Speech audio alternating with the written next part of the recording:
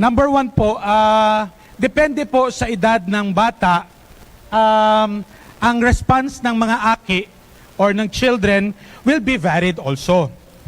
Number one, pwede po silang maging overly reactive or sobrang reaction. Marinig nila yung COVID, yung pandemic, since they are young with their minds, hindi nila maunawaan, they cannot grasp it immediately, so nagiging overreactive sila. Some also will be what? Withdrawn. Ibig sabihin po ng withdrawn, parang dinidisattach niya yung sarili niya sa community. As we remember, di ba po, during the pandemic, our children just stayed at home. And they can be withdrawn or dinidetach nila yung sarili nila, maybe because of the stress that they are undergoing. Nag-aaral sila sa bahay na wala ang teachers. And kung busy po tayong mga magulang, definitely saan po pupunta ang ating mga anak? So, during this pandemic and even up to now, we need to have time for our children na dapat makakausap po natin sila. And ang iba naman po sa mga reaction ng mga kabataan ay pwede pong magalit, agitated, and or anxious. Magalit is galit sila because of their stress at school through Zoom meeting. Hindi nila maunawaan ang kanilang studies. At kung mga teenager naman sila, dati silang mababait at mabubuting bata, but because of the stress na binibigay sa school, so many modules na dapat sagutan at isubmit on time, our children, especially yung mga teenagers, medyo nagiging mainitin po ang ulo. And sometimes, konting tawag lang ni mommy or ni daddy, sometimes hindi sila nakikinig. They won't listen at all. And yung iba naman po na mga mas maliliit na mga bata, some of them, ang ginagawa po is psychologically, because of the stress, naiihi po sa kanilang mga underwears. So, how are we going to manage effectively our children during this stressful time? Let us all remember that we as parents, marami na po tayong stressors, di po ba? Paano natin ibabudget yung pera, nawala ng trabaho si Agum, nagmahala ng mga gastusin at bilihin, hindi tayo makalabas para maka-sideline, etc. etc. So, para po maging maayos ang ating pamilya, despite this COVID pandemic, pinaka-importante po, number one is mabakunahan po lahat ng members ng family natin from ages 5 years old hanggang si lolo at si lola. Why do we need to vaccinate them? Because this will allow them, yung ating mga kabataan ngayon, to have their face-to-face with their schools. And sometimes po, now, still we are in their blended mode of education. So doon po sa mga younger children, when they go home, number one po na pwede nating i-manage is, number one is to encourage yung play. Sa mga bata pong mga 5 years old pababa, wag po natin kakalimutan na despite there is pandemic, they need to play and interact. So pag napabakunahan na po ng ating mga anak, then definitely it gives them the added protection from COVID-19. Ano po ang magagawa ng pakikipaglaro sa kapwang edad nila? This will allow them to play and interact, and more importantly, nare-relieve po yung ating mga kabataan. But we will only be able to do this if our children are already vaccinated. Sa edad po na 5 years old to 11, dapat po meron na silang first and second dose at least. Now, pangalawa po, ano pa po ang nagiging problema ng ating mga kabataan? Number one is, paano natin sila i-manage? Yung pangalawa is, we bond. Ano po yung ibig sabihin ng bond? Tayo po ay makipag-establish ng sa oras sa mga bata. Kahit po, no matter how we are busy, mommy and daddy, we should need to find time sa ating mga bata. Lalong-lalo na po ang mga ating mga teenagers. Huwag ho tayong maging kampante at pabayaan natin ang mga bata at night before we sleep. Dapat po bilang natin kung ilang paa ang nasa kwarto ng ating mga kabataan, because we might not know that some of them are already getting out. So by bonding with the family, closely, lalong-lalo na po yung nanay at tatay. During this COVID pandemic, importante po na ang mga magulang magkaroon po ng oras sa ating mga anak. Lalo na po ang mga teenagers. We need to identify and listen kung ano po ang kanilang mga problema. Malaki po ang impluensya ng magulang sa bahay. And by giving time to them, listening to what they need, mas nagiging kampante po ang ating mga bata. Lalong-lalo na po ang ating mga maliliit na anak. And number 3 po, tapos na tayo sa pakikipaglaro, pagbaband, and number 3 is routine. Ano po yung ibig sabihin ng routine? Yung usual po na ginagawa sa bahay. Hindi po ibig sabihin na pandemic ay hayaan natin ang mga anak natin na kung ano na lang ang gawin. We need to set time. Yung routine po, pag umaga, kahit po tulog sila, we know that there is class, gigisingin po natin sila so that they can take a bath and they can prepare for either their Zoom meeting or gagawin po nila yung kanilang modules. Huwag po natin hayaan na tayo ang gagawa ng modules for them.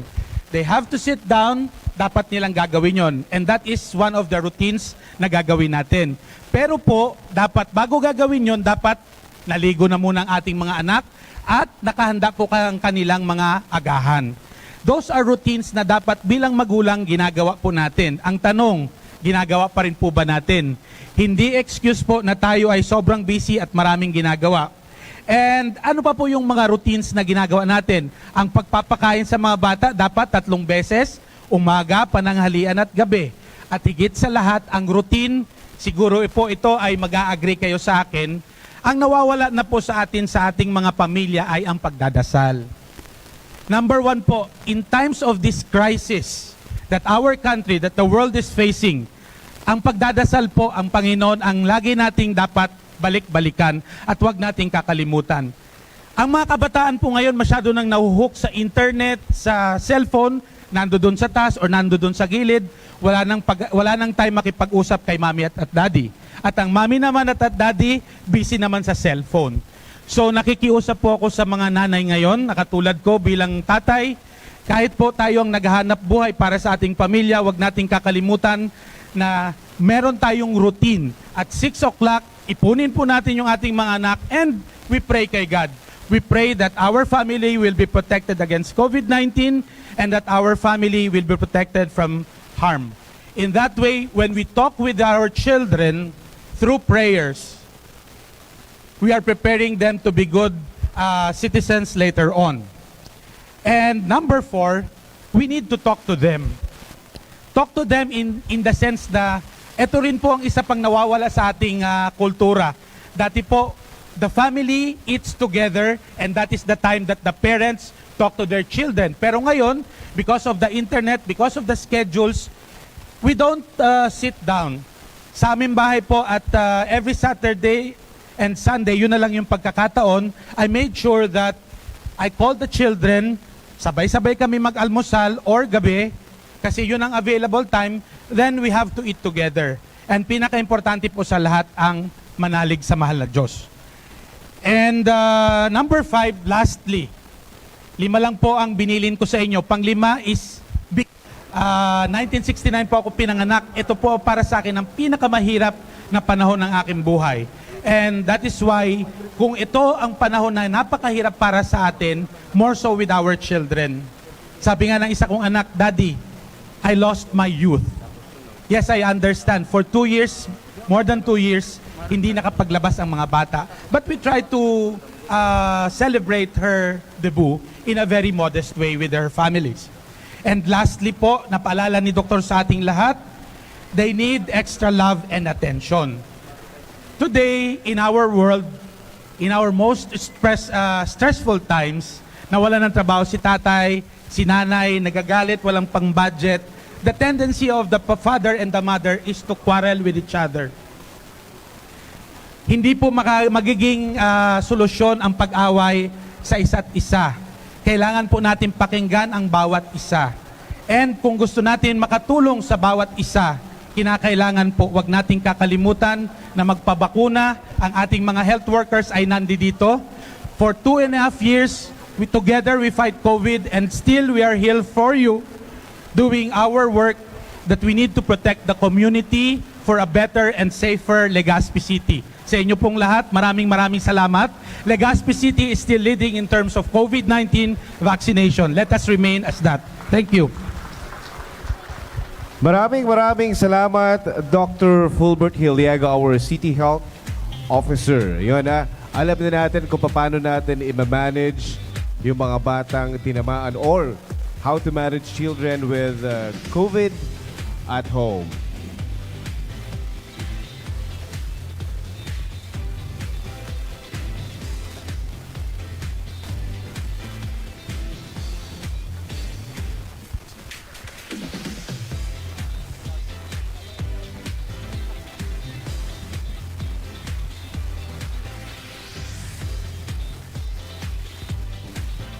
Once again, maraming salamat, Dr. Fulbert Hilliaga, our City Health Officer. And now, to talk about the importance of COVID-19 vaccine, tawagin naman po natin Dr. Desiree Briseño from the Department of Health. Round of applause, please.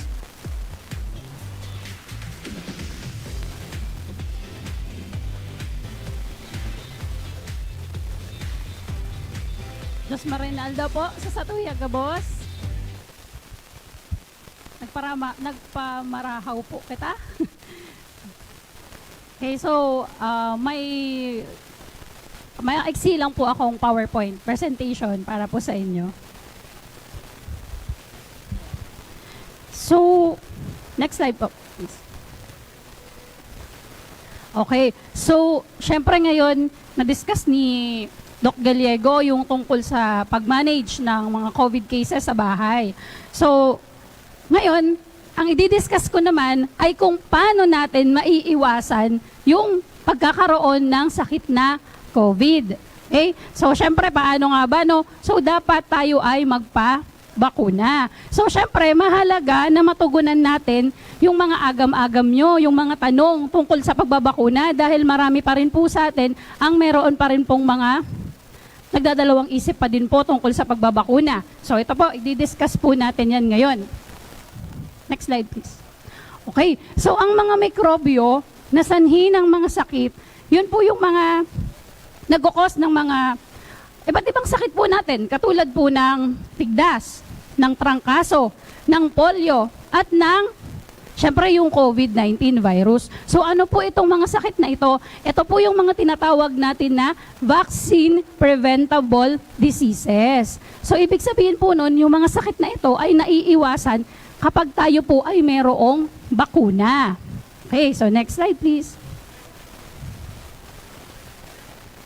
Ayan, so ito po yung mga sakit na naiiwasan sa pamamagitan ng pagbabakuna. So ayan po, katulad po ng polio. Ano, nakakita pa po ba kayo ng may polio ngayon? Diba, wala na po tayong nakikitang mga bata na meron pong polio, no? Kasi yung mga nakikita natin ngayon, karamihan, yung mga may edad na po yan. Kasi nung panahon, wala pa pong bakuna. Pero dahil ngayon na meron na po tayong bakuna, wala na po tayong masyadong nakikita. Ayan, yung cancer din po sa kwelyo or yung tinatawag po natin na cervical cancer. So ang binibigay natin na bakuna dito ay yung HPV. At yung syempre po, sikat po, alam po natin ito lahat, yung tigdas. Next slide please. Ayan. So, narinig nyo na syempre yung, yung tinatawag natin na mga variants. Diba? Yung meron tayong Omicron. Dati, di ba, yung Delta, yung madami yung nagkasakit ng malala na COVID, di ba? So, bakit nga ba nagkakaroon ng mga variants? Bakit nagbabago-bago ang anyo ng virus na ito? So, ito po ay nagbabago-bago kasi dahil sa pagpapasa-pasa ng impeksyon. Di ba? So, halimbawa, ako, nahawaan ako. Mahahawaan ko din yung iba. So, syempre, iba-iba yung reaksyon ng katawan natin. So, nag-mutate siya. Kaya nagkakaroon ng ibang variants. Yan. So, eto na po. Bakit nga ba mahalaga ang pagbabakuna? So, upang po mapigilan ang pagkalat ng sakit tulad ng COVID-19 at ng mga bagong klase o variant ng coronavirus. At masasanay din po ang natural na panlaban ng ating katawan na makilala at labanan ang uri ng virus na nagdudulot ng sakit. At syempre, upang maiwasan ang pagkakaroon ng ilang uri ng cancer.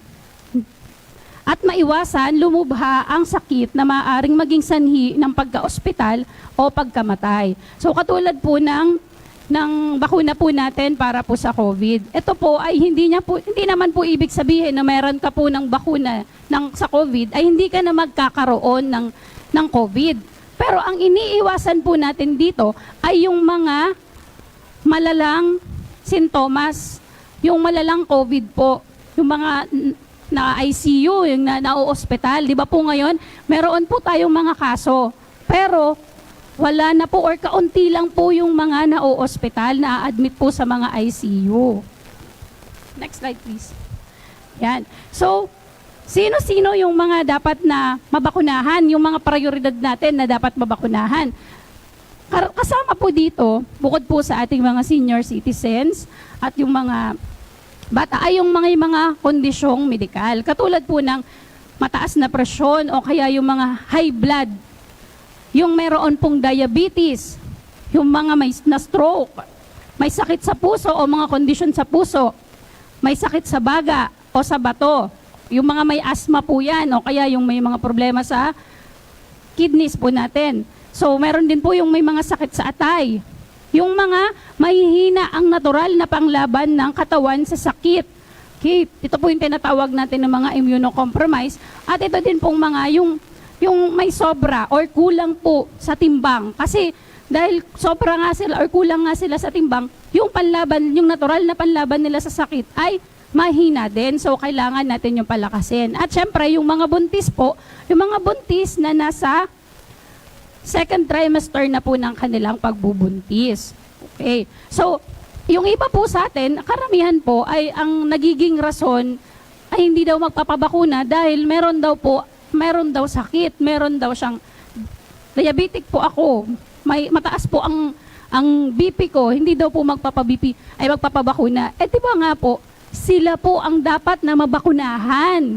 Kaya yung iba po na naiisip nyo po, di ba, parang hindi ako papabakuna kasi baka lalong lumala yung sakit ko. Hindi po siya lalala. Dahil ang poprotektahan po natin ay yung pagka nagkaroon po tayo ng COVID, mas lumala yung sakit po natin. Yun po. Okay, next slide please.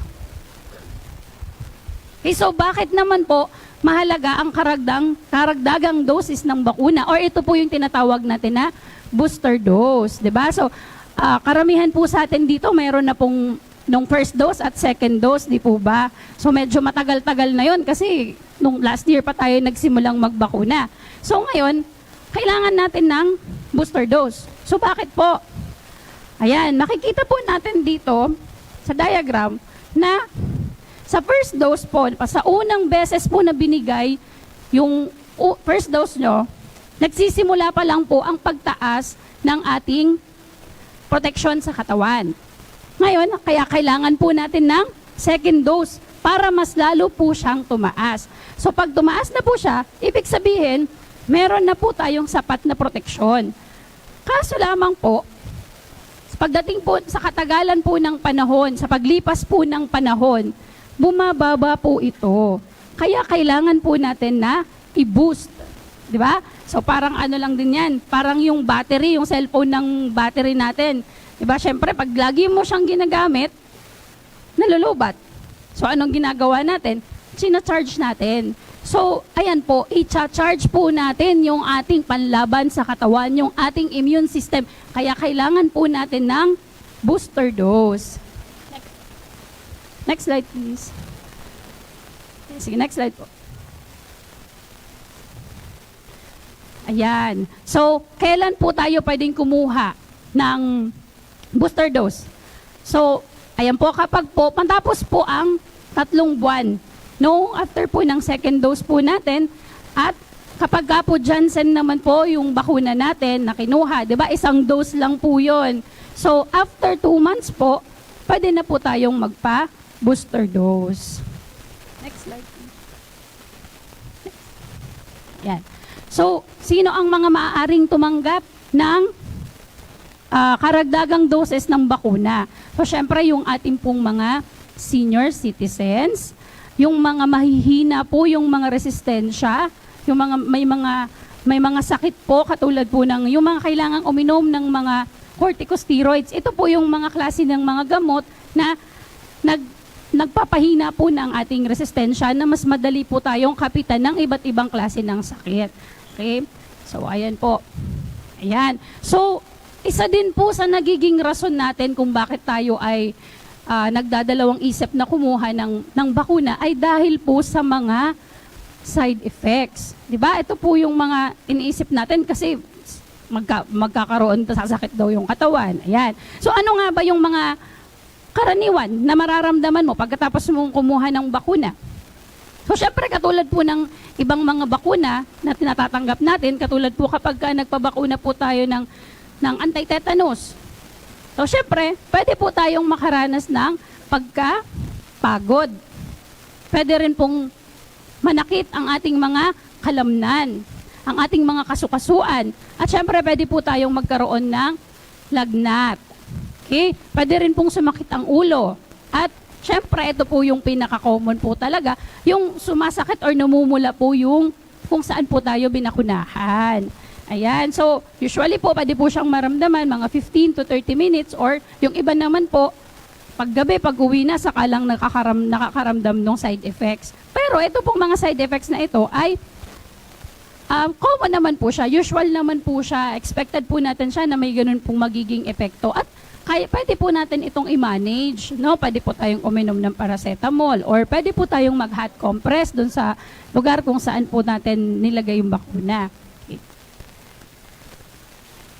Okay. So, sino naman po yung mga hindi maaaring tumanggap ng bakuna?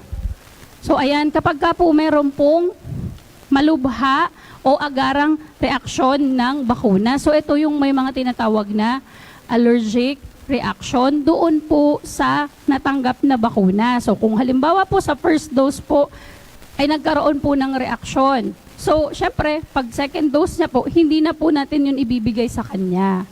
Okay. Kasi pwede pong dun sa ingredient po nung bakuna, meron siyang isang component doon na allergic siya. So, ibang bakuna po ang pwede nating ibigay kasi 'di ba marami po tayong iba't ibang bakuna para po sa COVID. So, syempre po, yung mga bata po na wala pa po sa 5 taong gulang kasi wala pa po tayo dito sa Pilipinas na bakuna para sa ating mga 0 to 4 years old na mga bata. Pero ang ating po mga 5 years old and above, meron na po tayong bakuna para dito. Okay, so syempre ang bakuna po ay requirement para sa malusog na pangangatawan. At syempre, ito yung mga paraan para makaiwas tayo sa COVID-19. Kasi 'di ba, nagsisimula na po ngayon yung ating mga face-to-face na mga activities. Nagbukas na nga po pala yung ating mga eskwelahan. So, syempre, kailangan nating tandaan ang Bida Solusyon Plus. So, ano ang Bida Solusyon Plus? So, syempre, ang B ay bawal ang walang mask. So, dapat lagi po tayong may suot na mask. Lalo na pag tayo ay nasa mga pampublikong lugar. So, ano naman po yung I sa ating bida? So, syempre, isanitize ang ating mga kamay at mag-isolate po kapag meron po tayong mga naramdaman na mga sintomas. Okay, at ang D naman po ay ang pagdistansya ng 1 metro. Okay, so syempre, ang A po natin ay para po sa airflow. So, dapat po nakabukas po ang bintana para iwasan po natin yung mga kulob na lugar, yung mga maliliit na lugar. At syempre, yung plus po sa Bida Solution Plus natin ay ang pagbabakuna. Kasi yun lamang po ang tamang at tanging epektibo. At ito po ay subok na at napag-aralan po ito ng ating mga eksperto na ito po ay ligtas ang ating pong mga bakuna. So, ayun lamang po. Maraming salamat po.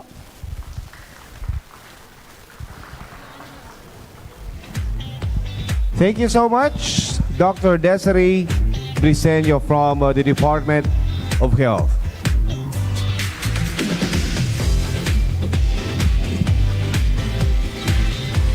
And let's do the awarding. Maraming salamat po, Dr. Desiree. Si Dr. Desiree makakasama pa rin po natin tomorrow, okay, for the another talk. Okay, that is for the third day ng Baby, Mama, and Family Fair. And of course, ladies and gentlemen, let's award the certificate of appreciation. This certificate is awarded to Dr. Fulbert Alec Piliego.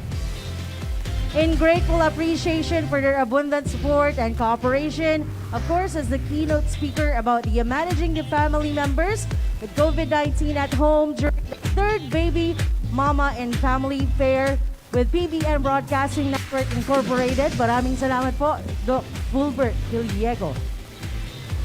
Maraming salamat po. Ma'am Desiree, thank you so much. And of course, we would like to award as well this plaque of appreciation to Department of Health Region 5. We would like to say thank you because dito po nyo nilaunch ang Pinas Lakas. Ma'am Desiree, please join me on stage.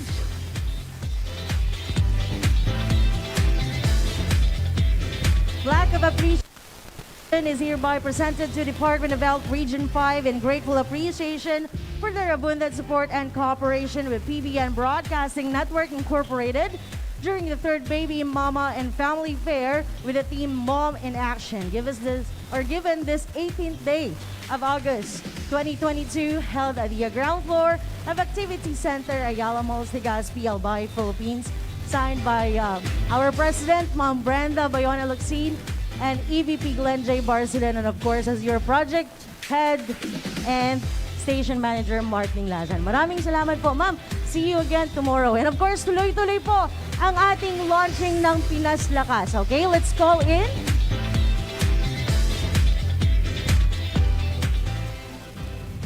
Okay, tawagin po natin Maxine Angela Ranieses and Maite Denise Bobbies. Come on, guys, join us. Hi, good afternoon everyone. Good afternoon. Thank you po, Ms. Toyang. So good afternoon sa lahat na nandito sa ating launch ng Pinas Lakas in the mall setting. So ayan, ipapakilala nga natin ang Pinas Lakas sa mga mall dahil ang Pinas Lakas po ay ang ating mas pinalakas na kampanya sa pagbabakuna laban sa COVID-19 kung saan nilalapit na po natin ang mga bakuna sa mga tao. So nagsimula po tayo sa mga schools noong July 26 sa Daraga North Central School. So ako nga po pala si Maxine. Ayan. Hello, ayan. So, and ako nga po pala si Denise. Kami po ay mula sa Department of Health Bicol Center for Health Development at nagpapatuloy po ang Day 2 ng ating Baby, Mama, and Family Fair. So, ngayon po sa ating Day 2, ipapakilala natin, dadalhin na natin ang Pinas Lakas campaign launch dito sa ating mga mall settings tulad na nga po ng Ayala Malls, Legazpi. Ayan, tama. So para simulan natin ang ating programa ngayong umaga, pwede po tayong tumayo para sa ating prayer and sa ating Philippine National Anthem.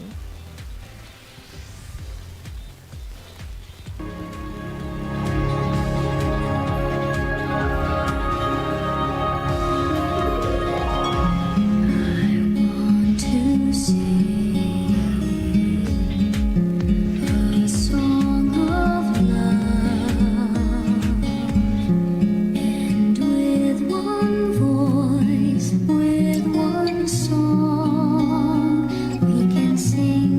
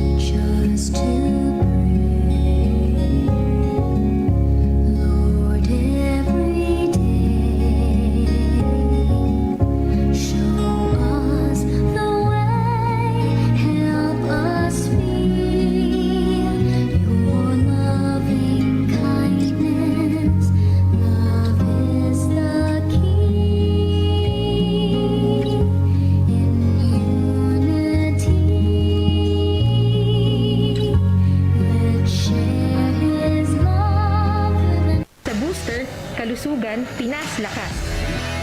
Sabay tayong bumangon. Magpa-booster ngayon. Sa Booster, Pinas Lakas!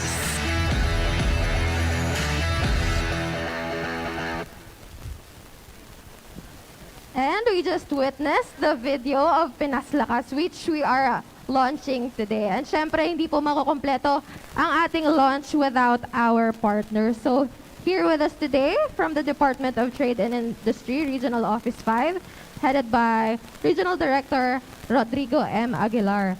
We also have visitors from Department of Tourism, Regional Office 5, headed by Regional Director Herbie Aguas and represented by Miss Angela De Salva. From the Department of the Interior and the Local Government, Regional Office 5, we have with us Regional Director Anthony Noida. Good morning, sir. From the Land Transportation Office, Regional Office 5, headed by RD Francisco P. Ranches Jr., and represented by Mr. Floro Cambo II. Good afternoon, sir. Of course, we have to thank our partners from Ayala Malls Legazpi for giving us this wonderful venue to have our launch. So thank you very much, Ayala Malls Legazpi, especially to Mr. Irving Nolyal, the Deputy General Manager. And of course, we have our visitor from the Department of Health Central Office, Director Felicitas Ducusin. Good morning, ma'am. And of course, from the Legazpi City government, we will be joined later on by Mayor Geraldine Rosal. And of course, we have our partners in health from the Provincial Health Office of Albay, Dr. Nathaniel Rempilio, and the City Health Office of Legazpi, Dr. Fulbert Giliego. Okay, so now let's officially begin our program, and with this, we will be given our welcoming remarks from our Assistant Regional Director of the DOH Bicol CHD, Dr. Ferchito L. Avellino. Let's give him a round of applause.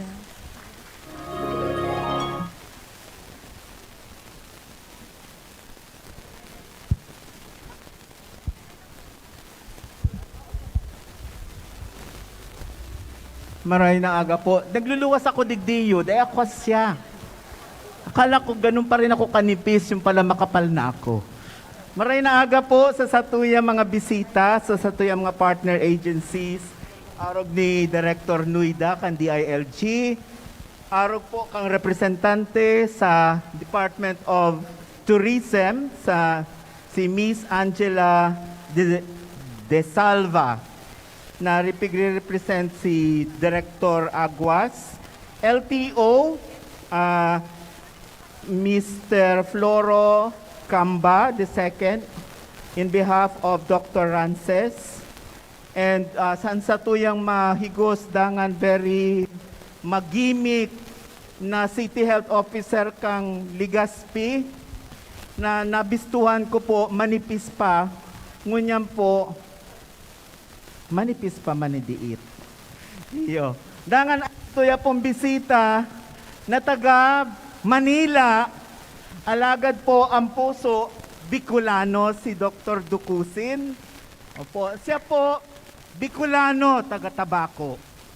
Oo, pero hali sa ngunya una po siya sa Manila. Piguurasan po ako, dapat da madali sana. Nangangapudan po ako sa Gabos. Sa Gabos po, naarog ko, katropa kong mga gurang. Yun, nangangapudan po ako sa Gabos na gurang. Ako po, 2 beses na akong natudukan, na-booster na po ako ng 3 beses. Alagad, hastangon yan, bako pa po ako zombie. So ano po ang gusto kong ipaaram sa Indo? Magpatudok na po kamo dahil na kamo magduwa-duwa. Tangani po, maibiteranta ang paglala ng kaso ng COVID sa satuyang mga palibot, sa satuyang buhay. Kung pigpapahalagahan ta po ang satuyang buhay na tinaukan Diyos, kung pigpapahalag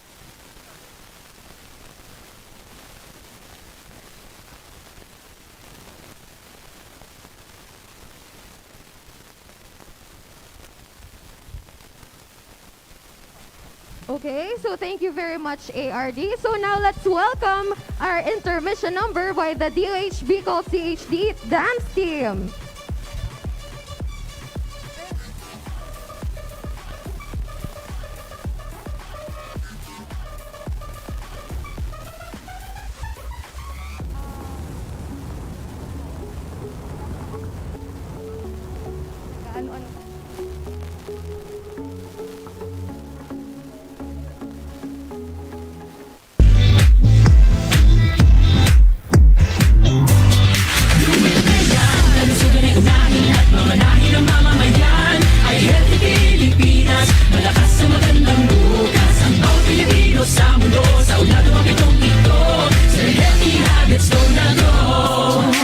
Huwag nang magulat sa kumakalat, matay inulat sa tamang ulat. Dapat babakunahan na, mahalaga na bata pa kahit matatanda. Bakuna muna, una sa lahat.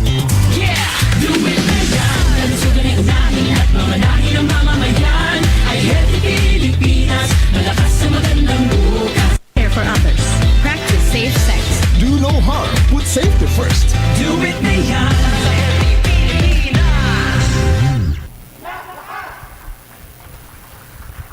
Yan, thank you very much, DOH Bicol CHD dance team. Napaka-explosive naman ng inyong dance. So sana kayo din na-energize. So, Siguro yun yung epekto ng COVID-19 Oo, entertainment. nga. Joke lang. So, ayan. Anyway, so to give us more insight on Pinas Lakas, we are joined by a special guest all the way from the Health Facilities and Services Regulatory Bureau of Department of Health Central Office. We have with us Director Felicitas C. Ducusin. So, a round of applause po for Director Ducusin.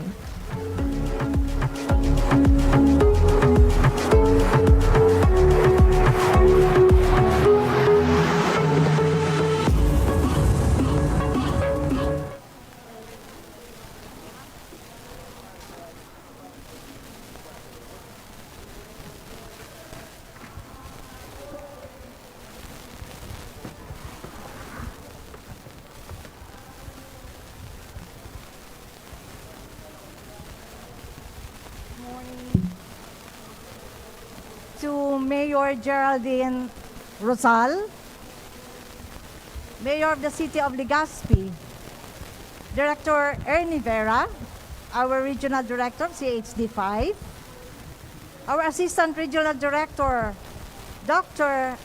Avellino,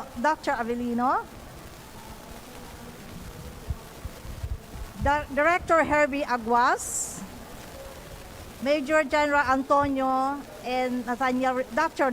Rempilio of the Provincial Health Office,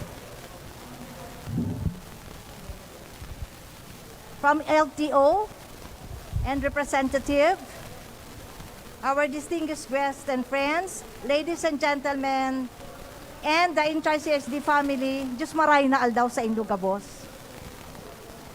On behalf of OIC Health Secretary Maria Rosario Esberhere, I came here all the way from DOH Central Office of Manila, specifically our Bureau of the Health Facilities and Regulatory Services, to join with you in launching this Pinas Lakas, a COVID-19 booster vaccination.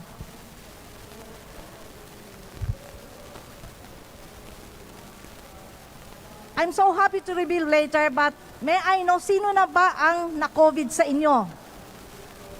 Okay? Kailan? Okay? So, at sino ang hindi na-COVID? Sinabi ni Doc Diego and attorney ay hindi pa sila COVID. Kasama niyo po ako, Doc. Salamat, hindi po tayo tinamaan ng COVID. Okay, thanks God for that.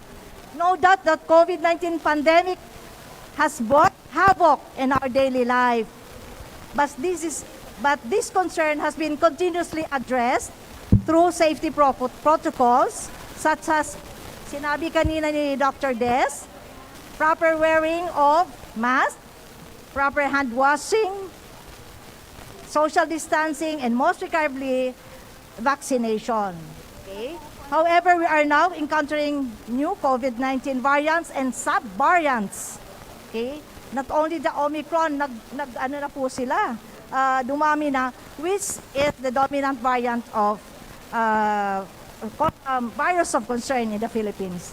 With the new variants, the immunity from primary doses of vaccine weakens over time.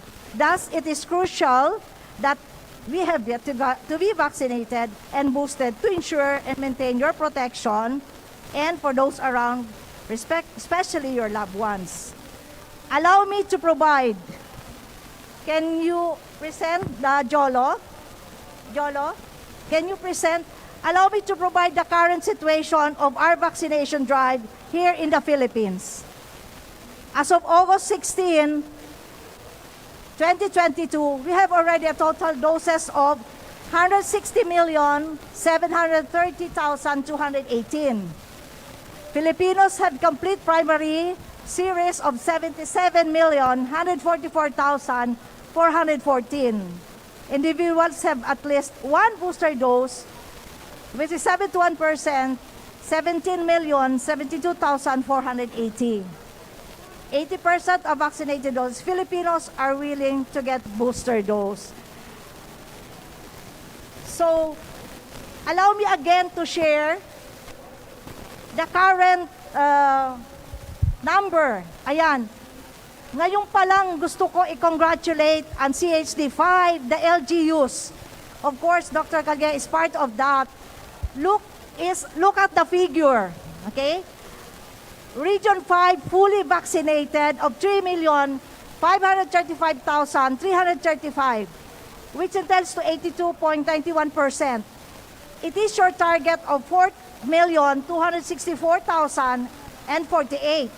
So pag i-minus nyo po yan, kakaunti na lang po ang iyong babakunahan. However, this statistics, hindi pa kabilang yung mga binakunahan ni Doc of City of Legazpi, hindi pa po nasama dito.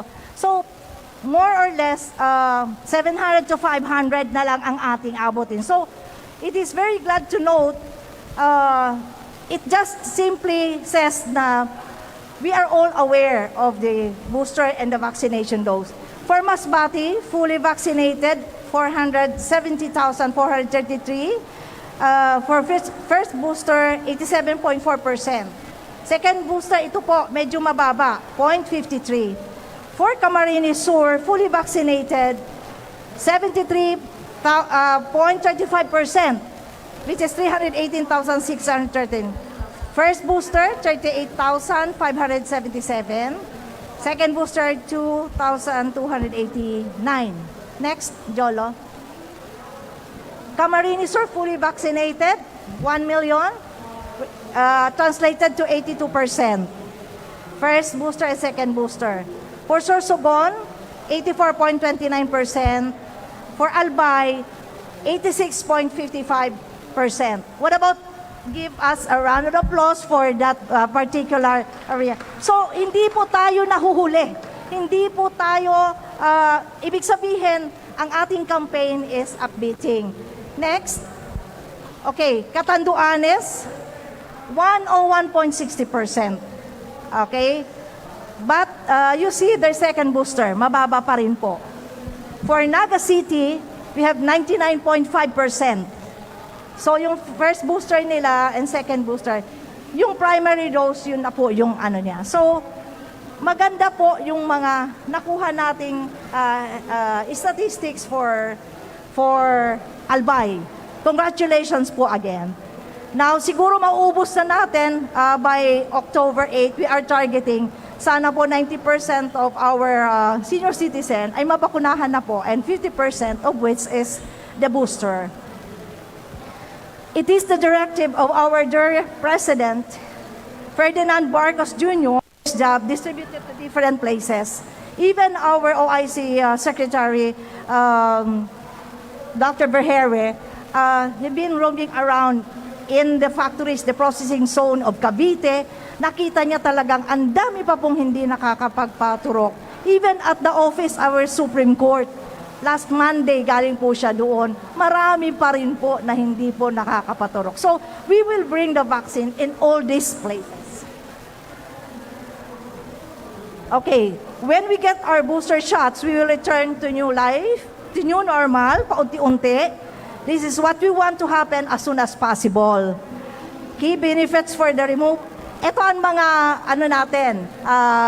inaasam-asam na pag tayo ay fully vaccinated na, ano ang mga benepisyo niya. Okay? Sabi nila, nahirapan. This morning, Okay, so to receive their COVID-19 vaccine, we have Enrique Manley, 49 years old, from the Philippine Ports Authority. We also have a 9-year-old kid right here, Mr. Nathan Dave, to receive his COVID-19 vaccine. And we have also Joey Joseph Hernandez, a senior citizen at 64 years old, ready to be protected against COVID-19. So we next to receive his protection against COVID-19, we have one of our senior citizens, Ms. Ahe, mula sa Department of Tourism Regional Office 5, headed by RD Herbie Aguas and represented by Miss Angela De Salva. So let's give her a warm round of applause, everyone. So we would like to acknowledge, we have with us today our Mayor of Legazpi City, Mayor Geraldine Rosal. So, ma'am.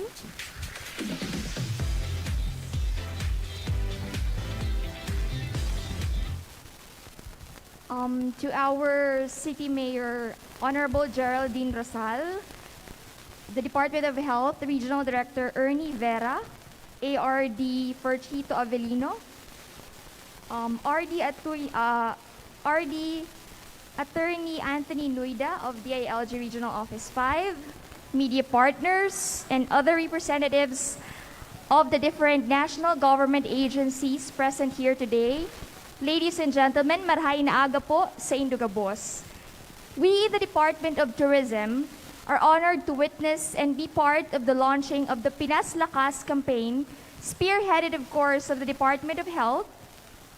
And this campaign is a great way of boosting the country's vaccine programs as we pave the way toward a more health-conscious and safer nation. While we slowly open our destinations and attractions, which have been halted to operate for nearly 2 years because of the pandemic, the DOT continuously reiterates that health and safety protocols, including vaccination of tourism frontliners, should continue to be in place in tourism destinations around the Philippines to ensure the safety of travelers and visitors. The pandemic continues to expose the tourism industry to challenges, but our travelers can rest assured that the government continues to ensure that minimum public health and safety standards are being observed, coupled with the precautionary measures, including these vaccination programs of the Department of Health. So therefore, our guests and visitors can safely enjoy any of the 6 provinces of Bicol or even the 7,641 islands of the Philippines, even in the time of the COVID-19 pandemic. So on behalf po of our Regional Director, Herbie Aguas, we are extending our salutes to the Department of Health, Bicol Center for Health Development, and our health workers for all the efforts and initiatives in making our region a safe and protected destination. We are looking forward to achieving more collaboration and synergy in motion with DOH on how we will be able to promote safe travel while combating the COVID-19 virus. Diyos mabalos po, asin sa giraray, maray na aga po sa inyo kapos. Ayan, thank you very much po from our representative from the Department of Tourism, Regional Office 5. So let me just switch. Ayan, okay. So for our next message, let us hear from our another partner from the Department of Interior and Local Government, Regional Office 5, RD Anthony C. Nuida. Okay, let us give a warm round of applause to Director Nuida. Thank you, ma'am. Sa ating pong bisita kay Director Felicitas Lucusen from DOH Central Office. kay Mayor Geraldine Rosal, opo, kay sa ating DOH, kay RD Ernivera, kanina nandito si ARD Chito Abilino, at sa lahat ng kasamahan sa DOH 5 na patuloy pong lumalaban sa COVID-19 at patuloy ding ipinaglalaban ang kami po sa DILG. Buong suporta po. 100% kami pero hindi pa 100% may booster. So wino-work out po namin na ma-booster. At salamat kay Dr. Gallego. At welcome po yung lahat ng taga-DILG na mabakunahan sa LC3 kahit hindi taga Legazpi. At yun po ang isang maganda sa programa ng Legazpi City. Lahat, basta gusto magpabakuna, pwedeng bakunahan. So malaking tulong po sa atin sa lahat, sa Albayano at sa mga Bicolano. So again, ako po sa ngalan ng buong DILG at sa mga kasamaan ko po sa Bicol IATF, buong suporta. Pinapaabot ko po ang buong suporta sa DOH at nananawagan kami sa lahat ng local government officials sa LGU sa buong Bicol. Magtulungan po tayo para ma-achieve natin yung target natin na bakuna sa October 8 na present na po ni Dr. kanina. So again, maraming salamat po sa pag-imbita sa amin. Buong suporta po kami sa DOH dito sa kampanya. Sabay tayong babangon, magpa-booster ngayon. Thank you very much, Director Nuedas, and of course to DILG Regional Office 5 for their never-ending support for COVID-19 vaccination. Up next, another agency who has given their unwavering support for COVID-19 vaccination program from the Land Transportation Office, Regional Office 5, headed by RD Francisco P. Ranches Jr. and represented by Mr. Floro Camba II. So let's give him a warm round of applause.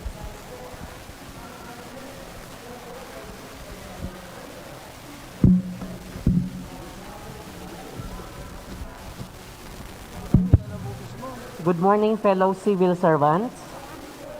Upon waking up this morning, taking into account my daily routine to read first Bible verse, I just couldn't help to correlate our undertaking this morning. May I quote that as our Lord Jesus Christ enumerated the greatest of the God's commandment, you shall love the Lord your God with all your heart, and second, shall love your neighbor as yourself. And these two commandments that I had just mentioned shall go hand in hand.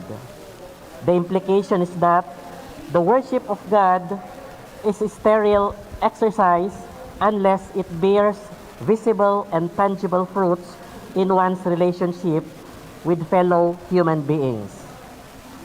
So in this time of pandemic, we are all aware of the mandates of our respective offices. This worthwhile endeavor today is a clear manifestation that we should love our neighbor not only as our social responsibility, but biblically also. And lastly, on the part of the Land Transportation Office, Regional Office number 5, rest assured that we are all one in this endeavor. Feel free to tap us as we are 100% committed to whatever support and assistance that our office could render in connection with this Pinas Lakas. Sabay tayong babangon, magpa-booster ngayon. As evidence of which, I brought along with me personnel of LTO Region 5 na hindi pa po nakakapagpa-booster. So, nandun po sila sa second floor availing this program. So, once again, good morning, keep safe, and God bless. Thank you.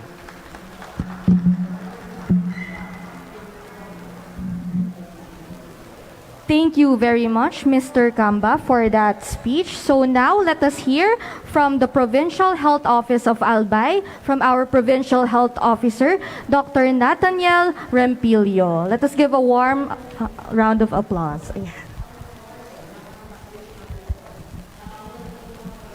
Hi, good morning. Maugmahon po, bikulin ko na lang po, maugmahon, okay lang po, ma'am. Maugmahon po kami ngunyan dahil dakulaon ang support, dakulaon palan ang mga nagtatabang sa lado kan salud na tanganing mas mapadakol ang mabakunahan, lalong-lalo na po, bako lang sa COVID, kundi po sa gabos na programa o sa gabos na pagbabakuna.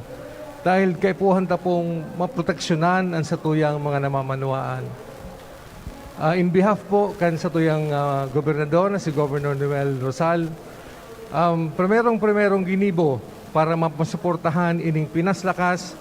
Iyo po ang nagibo po siya o nagibo po kami kay executive order. To be exact, Executive Order number 35. Number 35, yan, tanawara. So, number 35, tangani pong masuportahan ang Pinas Lakas campaign. Ini pong Executive Order, encourage ang gabos o pigo-orderan ang gabos na mga partners na suportahan ang pagpapabakuna, suportahan ang kampanya against COVID. Tangani pong matapos na iniong pandemya, kaabot na naman siguro na bumalik pa kita sa sitwasyon ta sa nakaaging 2 taon.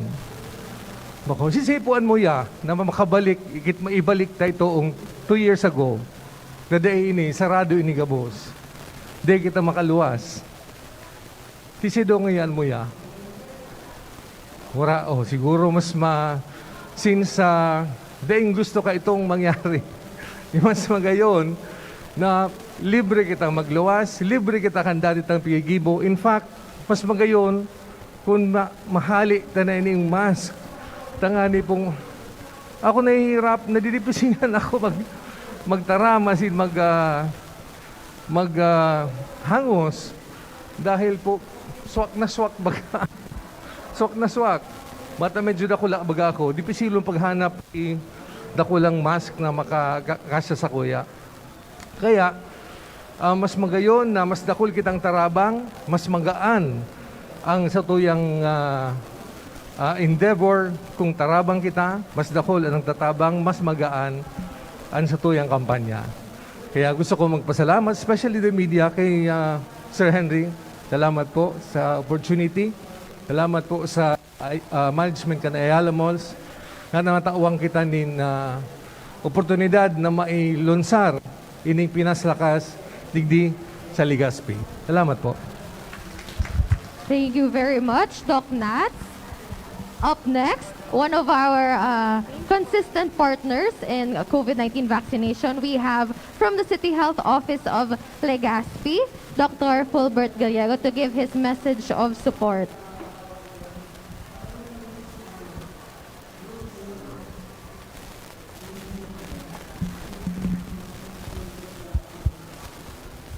Our Honorable City Mayor Geraldine Rosal, our Regional Director, Dr. Adikusin, our Regional Director from DILG, RD Nuida, representative of Tourism Director, Ma'am, from Provincial Health Office, Dr. Nathaniel, and to all the men and women of CHD5 Bicol, and our friends from the media, rest assured po that the LGU Legazpi City, through the City Health Office, is here to do our job, to give protection po to one and all, from the senior citizen to those with comorbidities. Kayo po yung hinahanap namin at nagsisimula na po ulit kami magbahay-bahay. And more importantly po sa mga kabataan, lalong-lalo na po yung bumabalik sa eskwela from ages 5 to 11 and then 12 to 17. Mga mommy and daddy na nandito po, the City Health Office has our daily activities Monday to Saturday for COVID vaccination, Pinas Lakas. And rest assured po that our LGU will do its best in order to give protection to all of you. With special mention po, salamaton kay Pading Henry, who is always giving us the opportunity para ibalangibo every Saturday ang satuyang mga kampanya manungod sa COVID vaccination. So sa inyong lahat po, Legazpi City is 101% committed to deliver its mandate. Maraming salamat po. Thank you very much, Dr. Gallego. And of course, to all our partners for their messages of support.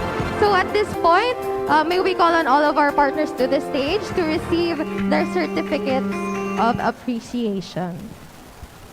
Okay, so once again po, may we call on our partners to receive their certificate of the stage po. Yeah, so let us call on from the Department of Tourism, Regional Office 5, Ms. Angela De Salva. From the Department of the Interior and Local Government, Regional Office 5, R.D. Nueda. From LTO Regional Office 5, we have Mr. Floro Cambo. From the Provincial Health Office of Albay, Dr. Nathaniel Rempilio, and from the City Health Office of Legazpi, Dr. Fulbert Gallego. And to award the certificates, we have Dr. Desiree Briseño, our COVID-19 vaccination program coordinator. May we also invite Director Dukusin to the stage?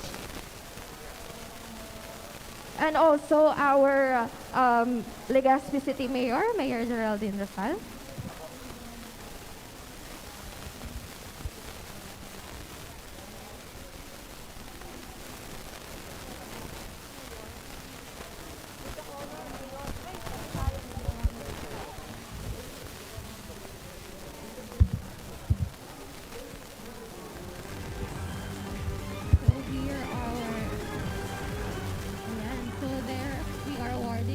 Certificate for Dr. Fulbert Gallego.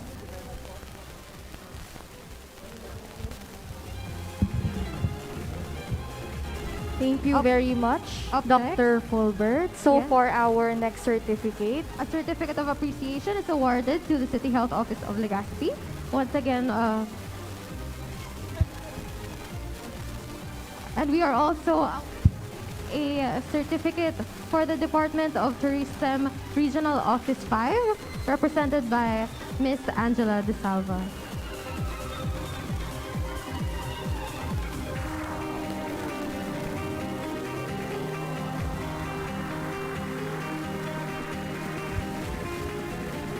thank you very much to DOT. So for our next certificate, Up next, we have a certificate of appreciation awarded to the Department of the Interior and Local Government Regional Office 5, headed by Regional Director Anthony C. Nueda.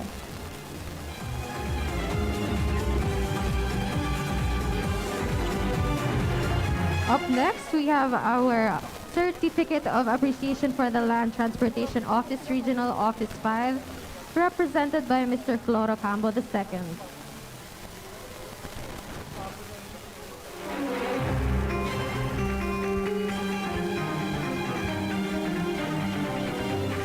We also have a certificate for the Provincial Health Office of Albay, headed by Dr. Nathaniel Rempilio.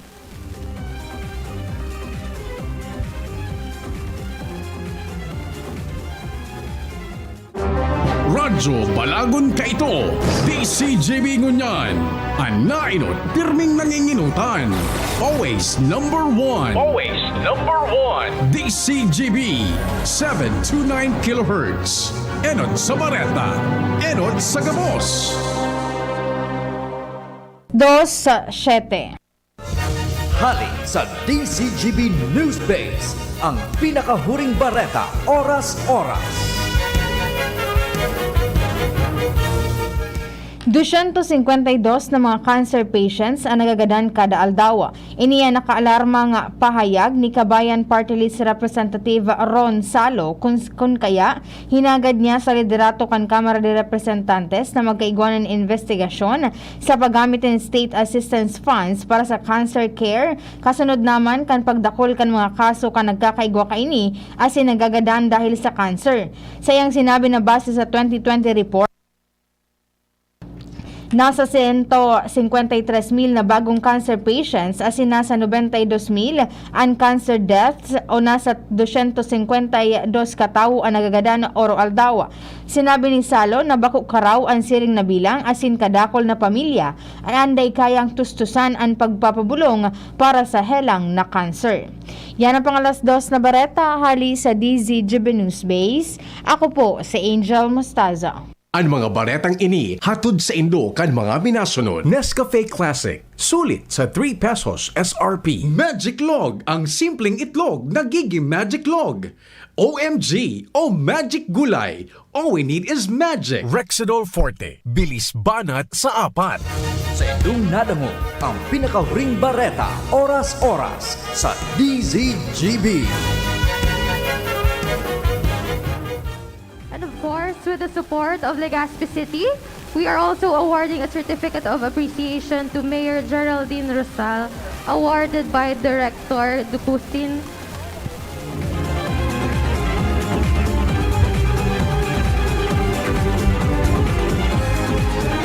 Alright, so our partners can proceed to their seats. Ayan, so thank you once again to our partners for their never-ending support for our Pinas Lakas campaign COVID-19 vaccination. So ayan po, thank you for our support sa ating mga different agencies at sa kanilang mga tulong. Alright, so up next po, we will have our regional director of the DILG Regional Office 5 to get his booster shot right on this stage. Ayan, so very protected na si RD Nuida against COVID-19. So may we invite our vaccinators po to also come up the stage for our ceremonial vaccination. Yes, Once to again. witness Ayan. RD Nuida's booster dose vaccination, we have Director Ducusin, Dr. Fulbert Gallego, and of course, our Legazpi City Mayor, Ms. Geraldine Rosal. And we also have our Provincial Health Officer, Dr. Nats Rimpilio, and our DOT representative, Ms. Angela De Salva.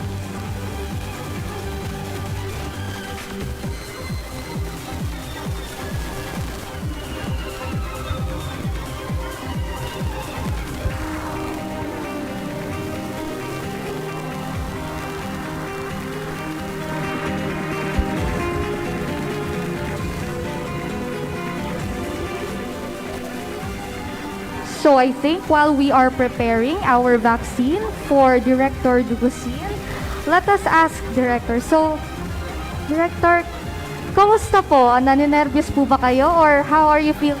Hindi, okay lang, okay lang. Yan, mukhang ready. Nabigyan ng panahon, pumunta sa ano.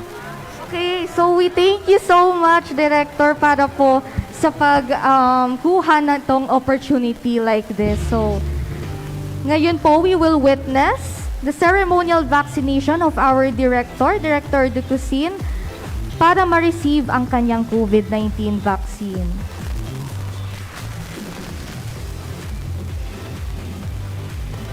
Ayan, so vaccinated na po against COVID-19 si Director Ducusin. So, pang ilang dose na po Si ni Director Nuida ang boosted na against COVID-19. Ay, Director Nuida. Attorney Nuida. Ayun, so thank you very much. Extra protected na si Attorney Nuida against COVID-19.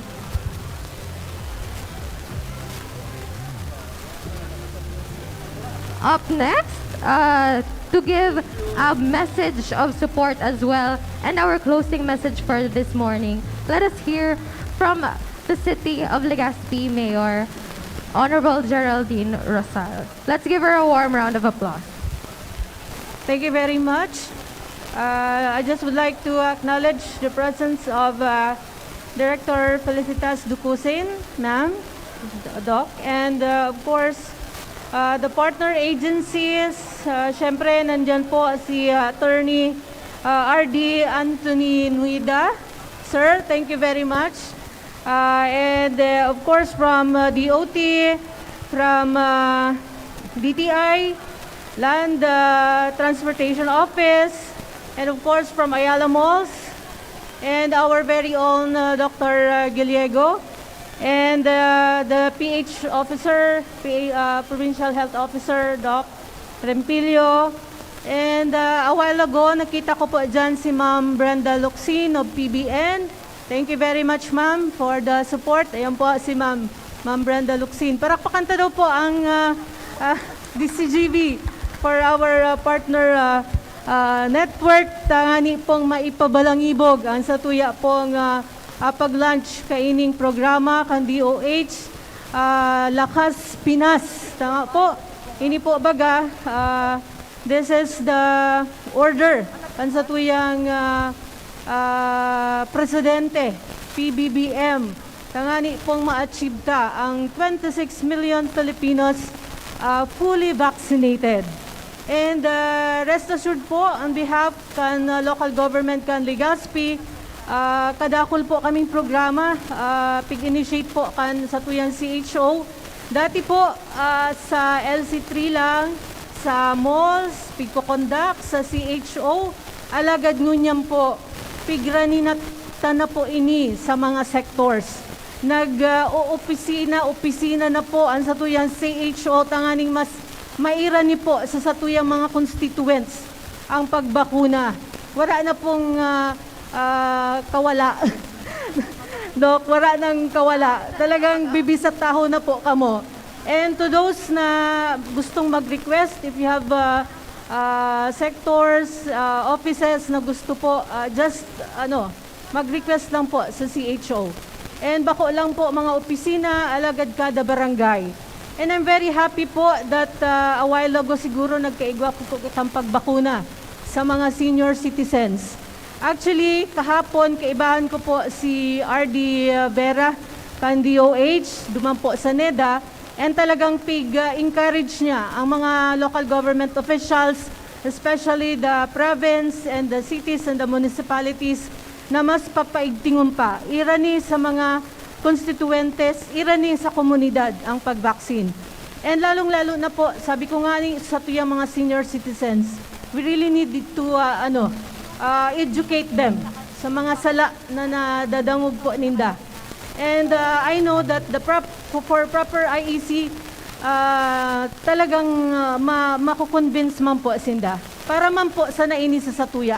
Bako man po ini para sa saro lang, para sa saro lang na entity, para lang sa DOH or sa LGU Legazpi, para po ini sa Gabos. That's why we encourage everyone. So again, congratulations po, Doc Dukusin and the other members ng Yaon po at Padigdi sa DOH. Congratulations po for this launching of Lakas Pinas. Thank you. There you have it, ladies and gentlemen. Mayor G, okay, please join us pa rin po on stage for another awarding, okay? That was Mayor Carmen Geraldine Rosal. Maraming salamat po, okay, for the closing remarks. Ma'am Geraldine, we would like to award this plaque of appreciation as well from PBN Broadcasting Network Incorporated for supporting the Baby, Mama, and Family Fair Year 3 at the Activity Center of Ayala Malls, Legazpi. Maraming salamat po once again. And of course, the launching of Pinas Lakas. Department of Health Region 5, palakpakan po natin ang ating mga sarili at maraming salamat po for launching the Pinas Lakas Booster dito po sa aming third Baby, Mama, and Family Fair. Okay, picture po muna, picture.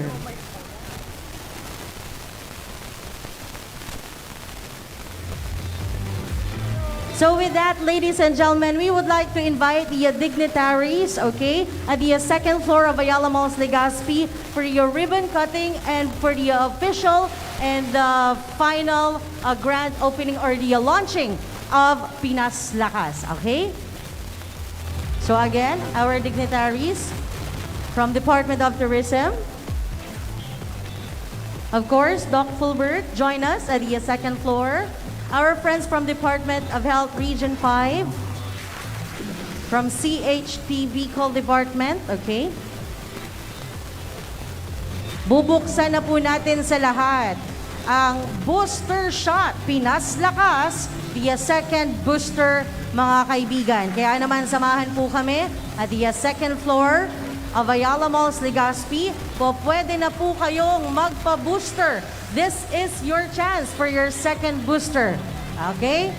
So again, second floor of Ayala Malls Legazpi, pwede na po tayong magpa-booster. Okay? Ongoing po ang ating pagpapa-register. All you have to do is pupunta lang po tayo sa second floor and let's approach our friends from Department of Health Region 5. So once again, maraming salamat po. And that ends our program for this morning. Mamayang hapon, magbabalik po kami for another talk.